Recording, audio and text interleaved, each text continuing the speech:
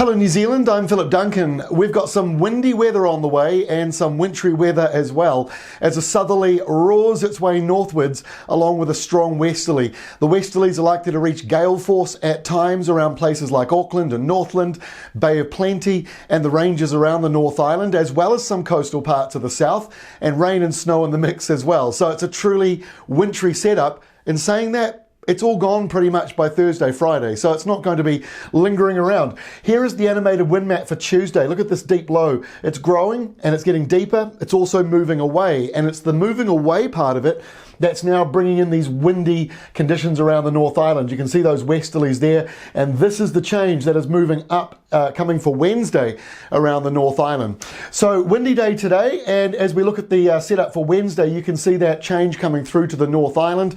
There's the southerly, and it moves right on across these northern areas. There's a little bit of low pressure still around central areas, so it may not be very windy for everybody. It might be quite calm, but further to the north, we do expect a period of gales, so power outages, the odd tree down. It's that sort of weather. And meanwhile in the south, more rain, more snow flurries around Southland and Otago. So it's certainly been a wet week this week down there.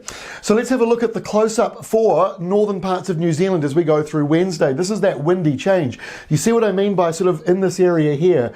Not too windy. That southerly comes roaring up through Cook Strait, comes roaring out of the Tasman, and it passes over Auckland and Northland, Great Barrier, Coromandel Peninsula. And then as that low moves away like this, all that windy weather will cross over the North Island. So we've got a windy couple of days ahead.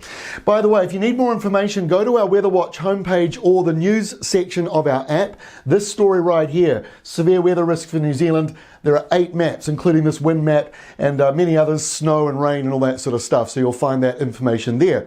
But let's move through. So we get to Thursday.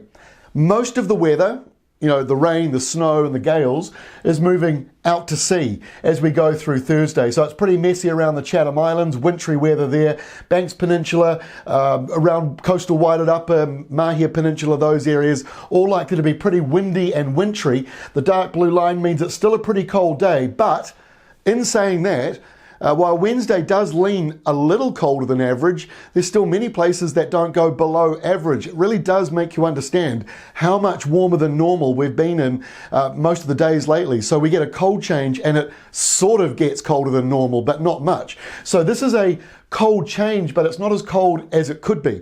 So as we move through the week, we get to Friday, it's still pretty cold, still got the sou'wester blowing through. The showers are becoming a lot more limited, they're a lot lighter, and the winds are lighter as well. So there'll still be some showers around Auckland and Northland in particular, and down around Fiordland and Southland.